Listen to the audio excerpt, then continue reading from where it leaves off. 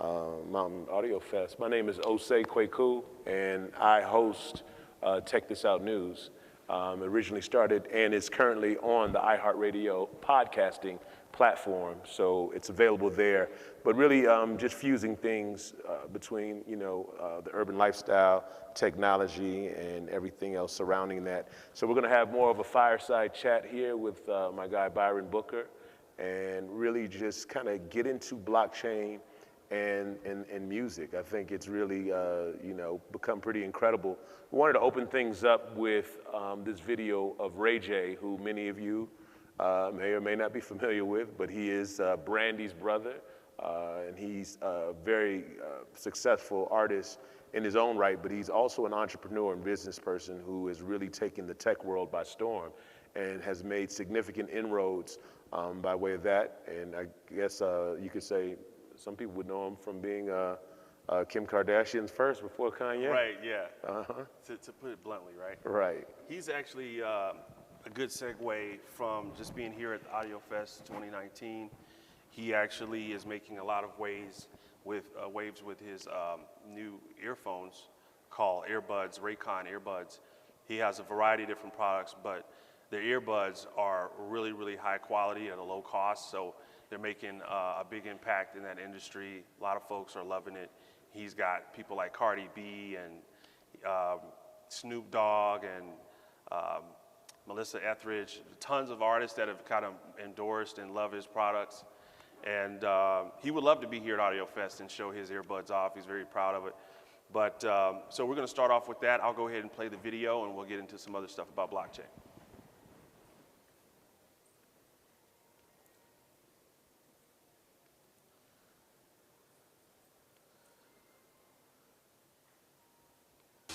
Exit stage left Dr. Dre and enter Ray J.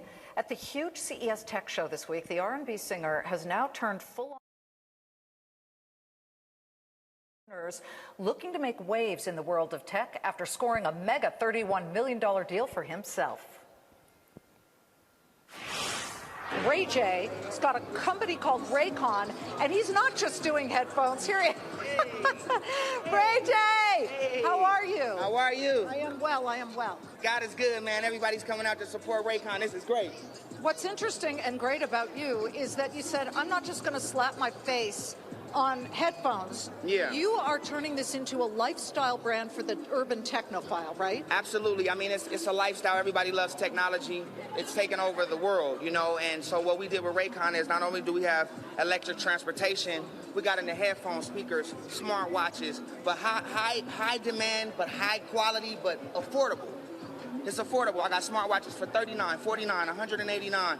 Speakers for $49, $39, $100. So you can get the one you like, or you can get the one you afford, and then just keep moving up. Talk about this. You've got a scooter brand for people, and what's this for? Where's this for? So this is called the Scooty Bike. This has been out for about 3 years. It's been everywhere from all the players on the NFL, NBA, Justin Bieber, P. Diddy, Steph Curry. It goes on and on. It goes 30 miles per hour. You charge it in the wall. It has Bluetooth. It has its own speedometer, and it folds up. Oh, wow. Put it in your car. Just rolling. This is perfect for small studio apartments in New York City, right? How many of you are saying, I need this, right? Yeah. Sorry about that. I'm having a good time. That's good, and I really need you to explain, though. This doesn't just... Okay. I think that's probably good. We got a little buffing, but... Yeah, I mean, it's a good introduction. Ray J has been at the forefront of tech, particularly on the music side. And hip hop, I think, has really benefited greatly from the evolution of technology, especially with streaming now becoming so prevalent. Byron and Ray J are business partners as well. And as he mentioned before, I think the Raycon earbuds would be a great addition to having that here. I mean, obviously a lot of people are familiar with the Beats by Dre, and headphones across the board have just exploded.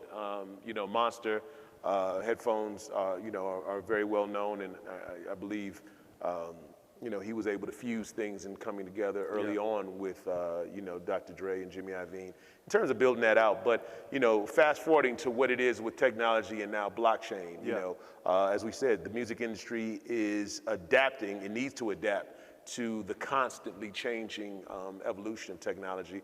Right. What is the love affair, Byron, in your opinion, between blockchain and hip hop in particular?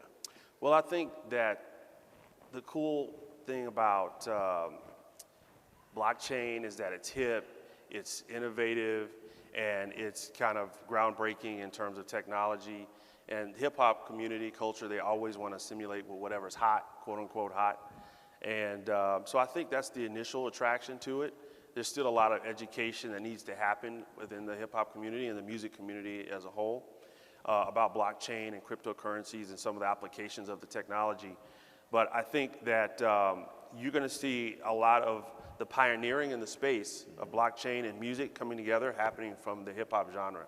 Yeah. Right now, Recording Artists Guild, which is the company that I run, has been around for 10 years, and we've always been pushing the envelope in terms of technology and music and bringing some new ways to monetize music to the artistic community. And we're going to be releasing a project with Ray that's got a lot of features like Snoop and Brandy and Chris Brown and some of the other artists that we've worked with over the years. And that's going to be something that we have a token that's rewarded as a royalty complement, and that's called royalty coin. So I'm sure you guys are probably familiar with Bitcoin. They're the pioneers in the whole blockchain space. Our application is like a rewards or a token or an incentive for putting music out and selling streams. So royalty coin actually is a token that has a monetary value that can be used for a lot of goods and services from our partners, from equipment to putting out records, marketing campaigns for your music, and a lot of applications. So you're incentivized to continue to participate and put music out. And that's one of the ways that we, as a music company, are contributing. And that project is hip hop. So. Absolutely. Now, before we go any further, I think it's very important that we articulate what is blockchain, so people really have a clear understanding of what that is and how it works. Because I think, to me, it's almost like, when people refer to the cloud, and early on, many people didn't know what the hell is a cloud. Right. So blockchain is what exactly, and how does it apply in music? Well, blockchain is essentially an immutable ledger that you can that a whole community of people can see. So in a sense, it's transparent. And so everyone can see the transactions, whether it be monetary or an agreement or some deliverable or execution that needs to happen in an agreement. It's all there on the blockchain. So one of the contributions as it is to music is that we've all heard of lost leaders or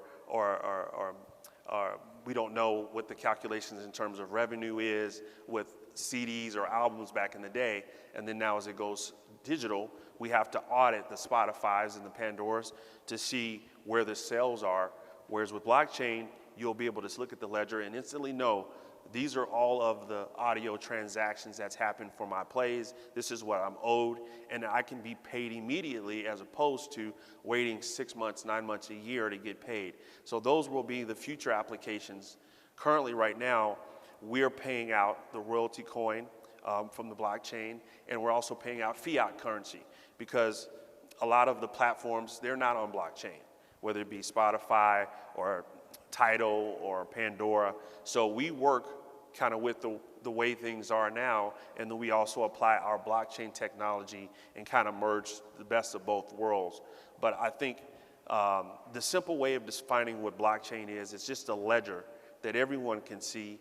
It's immutable and it's transparent, and that offers a lot of efficiency and clarity when it comes to digital assets. So one of the things I think is key is, when we talk about transparency, especially in the music industry, there doesn't seem to be very much of that all the time. Right. Right? So artists oftentimes are fighting and clamoring to get their just due on a variety of platforms, whether it's the royalty, publishing, booking shows and just all these other things. Yeah. So I see an opportunity where blockchain can really help to shine a brighter light on everything that kind of takes place in music. Would you agree? Right, absolutely. And I think we've all, if any of us are musicians in the audience, we've all collaborated with other writers and producers, perhaps publishers or investors on songs, which is how we primarily monetize the music business. And there's always a scenario where there's a discrepancy in terms of what the contribution might have been from one producer or songwriter to another. And then if the label gets paid and then has to pay out those royalties, you know, it could be a cluster. You know, it could be very hard to capture your money or claim your royalties in a sense. So with blockchain, the way that we've set it up at the Guild, and I think is an applicable way of doing it, at the time we come up with a song, we put it on what we call a digital split sheet, which is what we offer on the RAG app. You can just fill it out digitally. We put our email addresses, and then we send it out right there. So in a year, 2 years down the line, that song comes out. We know exactly, oh, you wrote this, I wrote that, here are the splits. We apply that information then to a smart contract, which we can get into that in a bit. But basically, that's going to be the agreement that the blockchain adheres to, so that immediately we can pay out those royalties to the parties that be on the blockchain. And that cuts out a lot of red tape, a lot of accounting that has to be done worldwide that takes many months and years to do. And so I think that's where the transparency and that's where the efficiency will really disrupt the whole music business. And kick in, yeah. Why do you think blockchain seems like such a perfect fit for genres like EDM, hip hop, Afrobeats, house, and perhaps reggae? Yeah. With EDM, you know, essentially the DJs, pretty much, they are the ones that are the champions of the whole EDM scene. And what do DJs do? They pay other music, they mash up different songs, and you have a lot of publishing rights, you have a lot of collaborations. You might have a song, for instance, in hip hop, where you've got 5 different writers that are rappers or singers. Then you might have 2 or 3 different producers, and each one of those has different publishers involved. So there's a lot of different accounting that has to be taken care of. And these genres, as opposed to, for instance, maybe classical or jazz, where you might only have 1 or 2 composers that you have to really account for. In these other genres, you've got a lot of different players at B, and the blockchain really makes it so efficient, transparent. Everyone can essentially see all the information in real time, and that's immutable. No one can change that. And so I think those genres specifically are ideal for utilizing blockchain. I'm going to add to that thought. One of the things about particularly, I'd say Afrobeat as one of the emerging genres that's really coming to the forefront. I think it's getting ready to really take off, a lot like hip hop did. And you know, on the continent, the publishing setup is not quite there yet. Okay. So I feel like with something like blockchain, it'll be more organized, and the transparency will allow for, you know, everyone to receive what they, you know, rightfully deserve. And I think that that's always been an issue. And, you know, and I would say reggae would benefit from that as well, even though reggae as a genre has certainly been a lot more dominant for, you know, decades. You know, seemingly since Bob Marley is, you know, taking that, you know, global. But it's kind of funny that the DJ plays such a prominent role in what EDM has evolved into. I mean, obviously the DJ in hip hop was the cornerstone of it, and to see it evolve into what EDM now is pretty amazing, right? Let's talk about piracy, music piracy. It's considered to be one of the biggest factors in the downfall of music. And early on, you know, streaming wasn't really well received, right? And we had no choice but to adapt. And I think that the youth always are driving the culture. So piracy in the music business is estimated to cost the economy about $12.5 billion in total output, over 71,000 jobs, $2.7 billion in earnings in the sound recordings and retail industries. So from your perspective, Byron, how can blockchain tackle those issues? Well, there's been a lot of kind of consensus in the music industry of how to tackle this problem of piracy. There's a lot of different ideas that are in place that I think will come into fruition in probably the next 5 to 10 years. And blockchain will be essentially the backdrop to execute a lot of these ideas. For instance, with watermarking. There's watermarking technology right now that every single piece of audio can be embedded in, so that can be tracked no matter whether it's pirated or downloaded or streamed anywhere in the world. It'll be able to be identified. And that's, of course, going to make it very much efficient so that we'll know, okay, who stole it or who's listening to it, and we'll figure out how to monetize that. So, and also, it's kind of happening now. Like right now, I don't know if we have any musicians in the room, but if you put out a digital record, and you kind of try to upload that to the Spotify's or Pandora's or Titles of the world, there's actually algorithms that say, hey, there's a sample in this song that's by such and such. And then a lot of times the musicians, whether it be a rapper, he might have got a beat from some producer and he didn't even know that was a sample because he's maybe a young guy and this sample was from the 70s or 60s. And so he didn't know that there was a sample, or maybe even the DJ didn't know because he got it in a beat pack and he put it in a song. And there's algorithms now that can track even the slightest sample in a song and flag that artist and say, hey, you need to go check this out with Harry Fox, or you need to make sure you get a license to put this song out because you don't have the rights to this. And I go through this a lot with the Guild as I help artists put music out that are new to the industry and they don't know how to navigate some of these waters. So there's a lot of technology now that's helped with the piracy issue, and blockchain is going to help accelerate that along with other technologies like watermarking, so that essentially piracy may be obsolete in the near future as far as digital goes. Absolutely. You know, it's interesting that, you know, whether you talk about some of the biggest artists in the world, the Rolling Stones to unknown artists, always the first to show up to work, but the last to be paid. How do you see smart contracts changing this paradigm? Right. Well, I think that the barrier to entry for putting music out is pretty much gone. You know, back in the 70s and 80s, it was all about getting a record deal because those guys control the distribution. That's how you got into the Sam Goody's and the Tower Records, if you remember those retail outlets. And now you can go straight to Spotify or Pandora or Deezer or Napster, digital distribution, which is where the music industry is today. And so if you're an artist and you can put music out, and then you have a smart contract with delegates, I get paid, all my band members get paid, the writers, the producers get paid. I don't essentially need the infrastructure of a label or someone else to then collect my money from me, because if they do that, they're going to be the ones that get paid first. You know, essentially. And then, so when you're looking at, for instance, at the Guild, we have a distribution platform. We allow artists to have their own account. They submit their own songs. They collect their own royalties. And then we have a smart contract that we allow them to go and then fill out to have all the parties of who needs to get paid and what percentage. And then we're able to administer that out digitally. Okay, and we can do that to their PayPal account. That we can do that to their bank account. We can wire it. It's such a new age, this digital age, to be able to allow the smart contract, the blockchain, digital distribution, so that really you can have a self-contained business without too much infrastructure and administration, so that you can get paid first if you want to.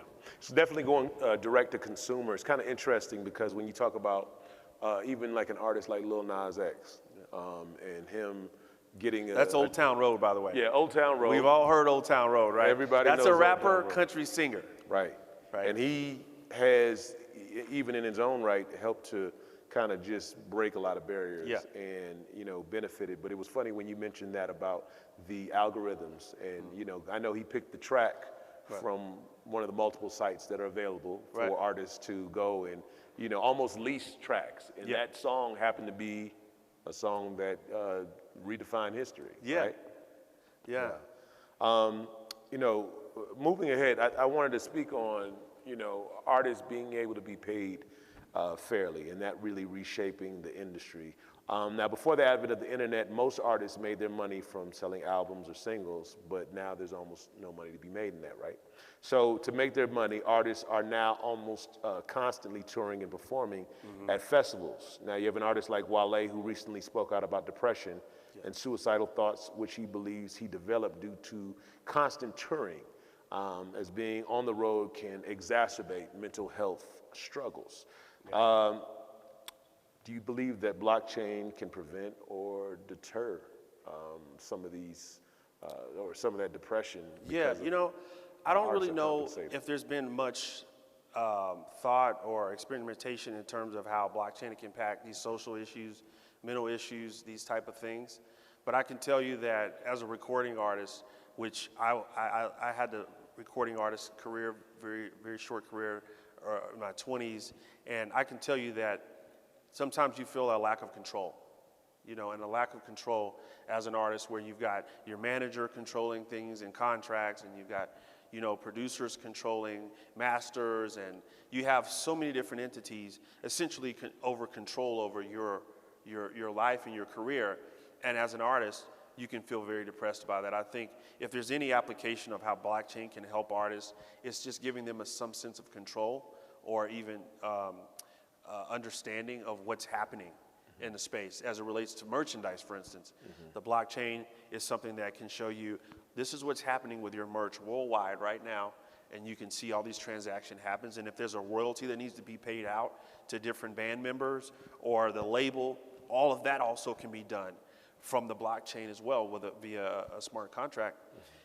And so I think, if anything, that can help them, give them some sense of control. Yeah. Obviously, there are a lot of new verticals that have been developed because of, you know, well, as music has evolved, and, you know, certainly merchandise and proper accounting is, you know, that's definitely one of those. Do you think that if artists were paid fairly for their work with a paperless and structure, that would help? You said artists were paid fairly with? If they were paid on a pay per listen structure, would that, you know, would that be effective? Yeah, you know, with blockchain? I think they have essentially that's happening to a certain degree now. I think it's 30 seconds, depending on the platform. I think with YouTube, I think it's 30 seconds before you'll get paid. I think with Spotify, it's about the same. Yeah. So essentially, you're going to a pay per listen or pay per stream or pay per play, as some people have coined it. And I think there's going to be a lot of different experimentation with advertisers working directly with song plays or albums. One of the things that's becoming a trend, I don't know if you guys heard of the music bundle at all yet. Have you guys heard of the music bundle? Okay, so the music bundle is a new thing that is kind of disrupting album sales because of the singles-driven market, the streaming monetization of music, which has become the dominant player. People are doing bundles where they're doing vinyls, they're doing CDs, they're doing posters, maybe a t-shirt, maybe a coupon towards a show, and they're selling that. Recently, Travis Scott bumped Nicki Minaj off the charts, which you guys might have heard. She's retired as of a couple of days ago. But she got very angry. It was a big write-up a couple months back in Billboard magazine or Rolling Stones, I believe it was. And she went from #1 immediately down because Travis Scott sold a bundle. Okay, and he got a little help from his wife, who's very popular on Instagram as well, or I think they're married, baby mama. Oh, Kylie Jenner, yeah. Kylie, yeah. And you know what? They pushed this bundle. People were able to get a ticket to the show, a T-shirt, album, and we're going to be doing that as well. But I think if advertisers will work directly with artists, and that's one of the things that we're doing with Ray and some other artists, and they include something product as part of a bundle, there's another way to kind of monetize in a different way. And per album, they may get some digital product or some physical product as a part of that album sale. It's just added value. It's added value. Yeah. Exactly. And I think that in this day and age, you know, when you talk about consumers, you have to make adjustments to consumer trends, and people are becoming more accustomed to receiving, you know, additional things. At the end of the day, if you buy, for instance, DJ Khaled did it, right? Okay. Or maybe Khaled didn't, but Tyler, the Creator, may have. Okay. And I think maybe Khaled may have felt the same way that Nicki did. And, you know, I think that's just where music is headed. Yeah. And, you know, in terms of just evolving. And now that we don't have as much of the physical aspects of music, like you know, early on, you know, you could get these vinyl albums, and those were like collector's items, you know what I mean? And posters and things like that. But now everything is very digital. Do you see things getting back to a more physical place as well? Yeah, I think one of the things that the phenomena of the music business, because there's more consumption than ever now, and there's more popularity with these physical events and festivals that people can go out so that they can have some tangible experience with the music. And so the festival industry is a multi-billion-dollar industry, and what happens is fans go out and they get to see their favorite band in person, and they want to buy the t-shirt, and perhaps they'll get the vinyl album, or they'll get some other souvenirs from that event so they can hold on to something physical. Absolutely. And I think even the digital Generation X and millennials, they still have that desire to connect with something physical, even though they grew up essentially in a digital world when they first discovered albums or records, you know, from some streaming platform. Yeah, it's funny. And I recently saw an article where they were auctioning off some Grateful Dead t-shirts. And boy, they were going for a lot of money, let's just say that. Let's switch gears and talk about Spotify for a minute, because Spotify has really helped to revolutionize things and is at the forefront of streaming. And, you know, it being one of the most established companies, it is now so big that at one point it was worth more, the valuation for it was worth more than the entire US music industry. With a valuation of $8.4 billion in 2017. So who are today's blockchain players, in your opinion? You have guys like myself. I'm one of a small group of community of people who are really pushing the whole blockchain initiative forward as it relates to music, and showing how much of an asset it is to creators to be able to just kind of keep track of all their music and monetize what they're doing. There's some people that are doing, most of this is happening overseas in Europe actually. So you don't have a whole lot of notable people in the US that have released songs on the blockchain. There's a couple other companies. There's a company called Vest, which allows people to invest in songs and publishing, and they get paid out in tokens. And they essentially they're selling publishing, it's like publishing deals that's happening where people can buy in. So you could invest in this and then also receive tokens. Yeah. So that's the model. Ours works a little bit different in the sense that we can guarantee that there's going to be distribution with all of ours.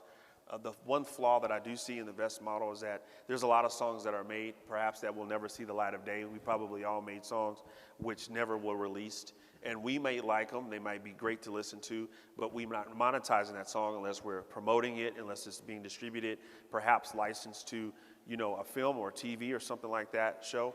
And so I think that it's good and bad. It's good for songwriters to be able to get songs paid for, get some advance in a sense for their work. But I think for the investor, there could be an opportunity where they're investing in something that won't come out, okay? Just to keep it transparent. And I like that idea. Whereas with our model, we're taking a step forward in that we're presenting something that we know at least is going to be monetized on some scale. And it's going to have an opportunity for someone to consume that. And that's going to be something that we kind of vet. It's kind of interesting just hearing that model and people knowing that you could invest and potentially profit from someone else's royalties. But it's kind of just like one of those things where I feel like in the music industry, everybody wants to be in music. I don't care who you are. Look at American Idol. You might sing well in church, but that doesn't necessarily mean that you're going to become a professional recording artist, so to speak. But everybody is willing to give it a shot. And I like that the playing field has become a lot more level, and you have this direct access to consumers. Do you think that other enablers like Facebook could change the game, or will they? By show of hands, how many of us have heard of the Libra coin? Yeah, okay, so the Libra coin is going to be Facebook's new token cryptocurrency digital asset. And they're going to incentivize people to be on the platform, to transact, Many of you might know they have a marketplace on Facebook. Some people use it, some people don't. But they're going to expand that, and they're going to use the power of blockchain and cryptocurrency. And what that's going to do is that's going to normalize this whole industry literally overnight. I guess probably, a quarter of the planet, I think they got now on Facebook, is going to be introduced to tokens and cryptocurrency, and the conversation will happen on a global scale. It's a lot more prevalent right now in Asia and in Africa and some of the European countries than it is America even. But I think you're going to see widespread global adoption to this whole tokenization idea, micro ownership. People can buy in and collect royalties on a lot of different assets, whether it be real estate or publishing or anything that you can collect a royalty on. And I think this whole Libra coin and tokenization economy that Facebook is going to introduce to the world is going to be the tipping point where, okay, now it's a global conversation and it's going to be global adoption of this technology. It's kind of interesting to see what a need will create. You know what I mean? And as we mentioned earlier, like looking at some of those emerging markets, like on the continent in Africa, you know, there's a need because there's not a proper royalty structure set up yet. So I feel like blockchain could really help to revolutionize that as well. Yeah, that's a good point. You spoke on, you know, your work with Ray J, and Ray J has certainly been very involved in tech on a number of levels, and he's got new music that RAG will be putting out. So you were talking about some of the different strategies that you were going to utilize. I mean, is there a possibility that we can get some Raycon earbuds in there? Yeah, you know, actually, if you guys haven't heard of earbuds, they're like earphones, but they literally fit inside of the shape of your ear so that you can run, you can jump, you can work out, you can hike, and those earphones stay right there, and it's great quality. So what we're going to be doing for a Ray J album that's coming soon, and when I say soon, within the next 45 days, that's going to be a part of one of the bundles where you'll get these earphones at a discounted price.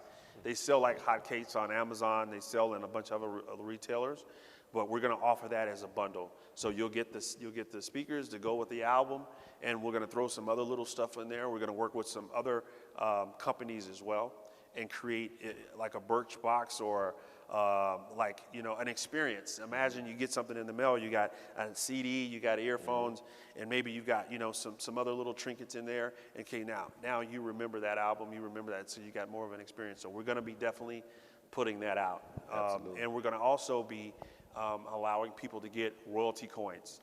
So I'm going to make an announcement here today for those that decided to come and check out this panel, where we're going to be giving some royalty coins free of charge to you guys for being Audio Fest attendees and coming out today. And that's going to be our token that we're going to give out. It's called Royalty Coin. RoyaltyCoin.com is where you can find more information on it. But we're also going to be giving tokens to people who buy albums that we distribute.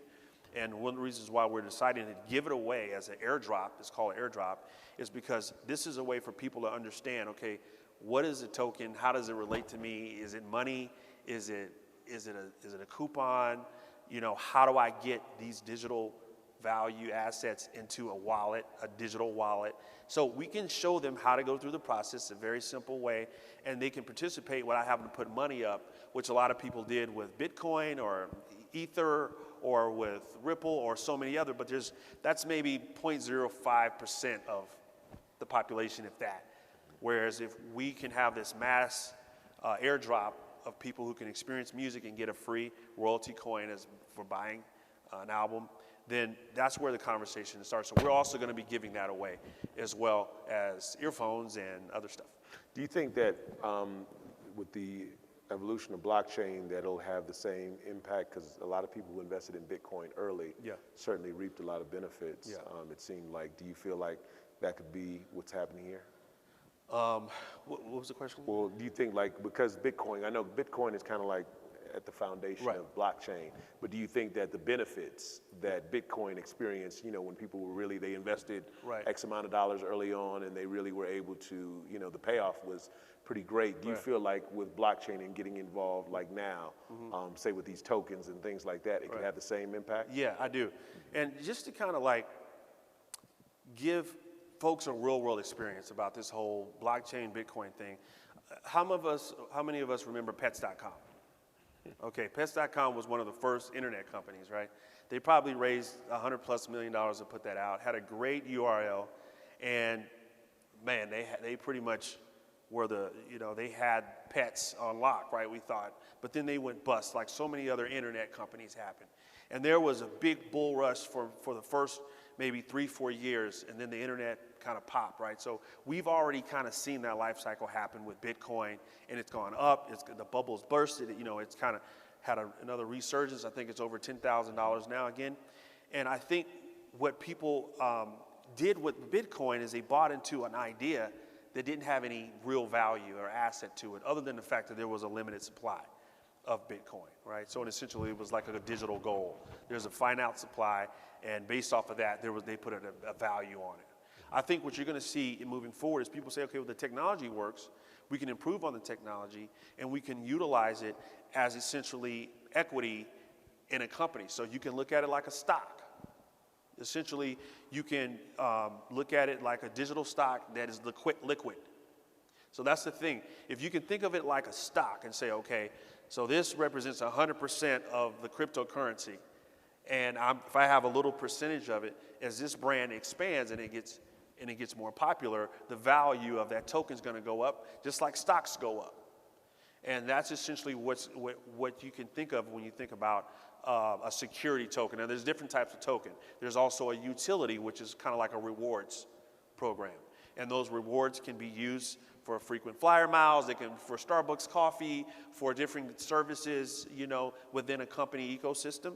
And so I think that if people can understand it now, they will be able to reap the benefits of investing in these smaller companies that will have pennies value on their coin. But as the increase in value of that company increases, those coins will increase, and they'll probably have some use case, some utility that they can also apply with that token as well if they want to buy goods and services with that company or use the product and those type of things. So I don't think the technology is going away. I think that Bitcoin was the MySpace of the industry, if you will, okay? And MySpace, everybody was on MySpace. I was on MySpace, you were on MySpace, and then Facebook came along, and it was a little bit better refined version of MySpace, right? And MySpace is still around, by the way. I still have an account. You probably still have an account. If you go log in, it'll pop back up, all the old photos and stuff. So I think Bitcoin will be that, MySpace. And I think other LinkedIns and Facebooks and Twitters and Instagrams will come about that's going to be more refined and get more participation. Interesting. So as we kind of wind this thing down, I think that blockchain, it may not be able to solve everything going on in the music industry, but it can bring the old school industry ways into the 21st century for artists and those who make a living from it. A lot of musicians are struggling to make it in the industry and can make their music more profitable with blockchain solutions. Also understanding that blockchain implementation in the music industry will be a useful tool for dismantling piracy. But we have to keep in mind that unless it is globally recognized as a proof of ownership rights by world governments, it will not be effective. I think that, we have to certainly tip our hats to AudioFest for wanting to engage in this conversation. And I think that there's an opportunity, here to really just cross-market and cross-promote a lot of the different genres that are out here. And, I've seen some super cool things, some crazy turntables that, you wouldn't find if you hadn't, been at an event like this. But I think we can take it further. Yeah. And, what are you thinking? Yeah, I think so. There's a lot happening with young folks in EDM and hip hop and different genres that love audio. I think Dr. Dre probably did more for the speaker industry. I mean, he made a premium headphone and people bought it by the millions. And I think that showed that there's a lot of value in earphones, In fact, I believe it's the #1 seller on Amazon, earbuds. I believe, and the funny thing about that with Dre was he had built such a consistent reputation in terms of the quality of his music that it translated to that listener experience to the headphones. And so it in essence really just took off. But I think that getting the youth involved is definitely the key. Yeah. Because I guess the youth are really, they're the driving force at all times, and they're always kind of, in that period of discovery. And when you discover something you really enjoy, you share it. Yeah. You know what I mean? No different than the music and what streaming has really become. And streaming, traditional terrestrial radio has evolved into all these other forms, whether it's YouTube, Spotify, all of those are extensions of it, and I think we're all reaping the benefits. So I think that concludes it. Yeah, well, I wanted to, again, thank everybody for coming out to Audio Fest, being a part of it, and coming to this panel today. You guys may not know a lot about blockchain or cryptocurrency or royalty coin or anything like that, but I wanted to let you guys know that we created a page just for you guys, and it's rag.org, which stands for Recording Artists Guild. It's rag.org/AFcoins. AF coins, so that's Audio Fest coins. So if you go there and there's 4 simple steps. You download the RAG app, you go through, fill out the form. I think you like us on Twitter, and you get 100 royalty coin tokens sent to your digital wallet.